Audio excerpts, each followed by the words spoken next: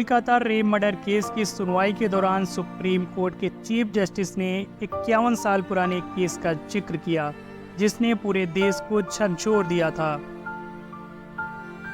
मुंबई के king Edward Memorial hospital में हुई इस घटना में एक जूनियर नर्स के साथ अस्पताल में ही एक कर्मचारी ने रेप किया और उसे इस तरह टॉर्चर किया कि वो 42 सालों तक जिंदा लाश की तरह अस्पताल में ही रही।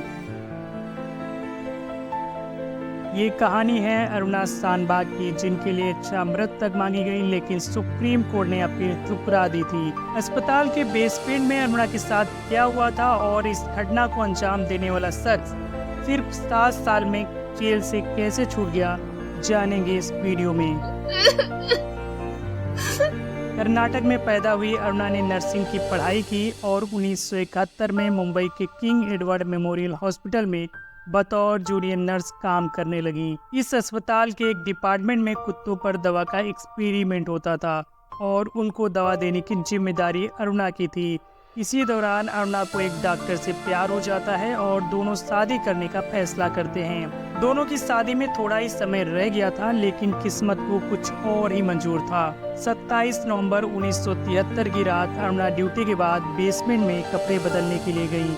वहाँ छुपे अस्पताल के वार्ड बॉय सोहन लाल वाल्मीकि ने उसके साथ जबरदस्ती की।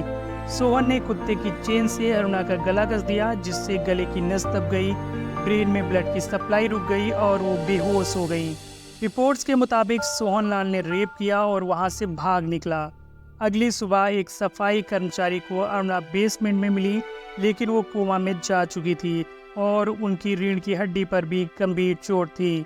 जब ये घटना हुई तब अरुणा महज 24 साल की थी।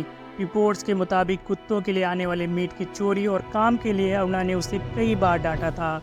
इसी से नाराज होकर उसने वारदात को अंजाम दिया। लेकिन इतने गंभीर अपराध को अंजाम देने वाले सोहन लाल को सिर्फ 7 साल की जेल क्यों हुई? इसकी वजह यह भी थी कि सोहन पर हत्या के प्रयास और चोरी का मुकदमा चलाया गया। कानूनी पेचीदगी की वजह से उस पर रेप का केस नहीं चला और इतने बड़े अपराध के बावजूद वो 7 साल में जेल से बाहर आ गया। दूसरी तरफ अरुणा साल 2015 तक यानी 42 सालों तक कोमा में रही।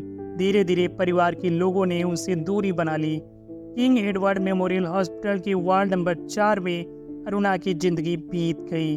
जर्नलिस्ट और human rights activist Pinki Virani ने अरुणा की जिंदगी पर एक किताब लिखी, Aruna's story a truth of rape and its aftermath. घटना के करीब 36 साल बाद पिंकी वीरानी ने अरुणा के लिए सुप्रीम कोर्ट में इच्छा मृत्यु की मांग की, लेकिन कोर्ट ने इनकार कर दिया।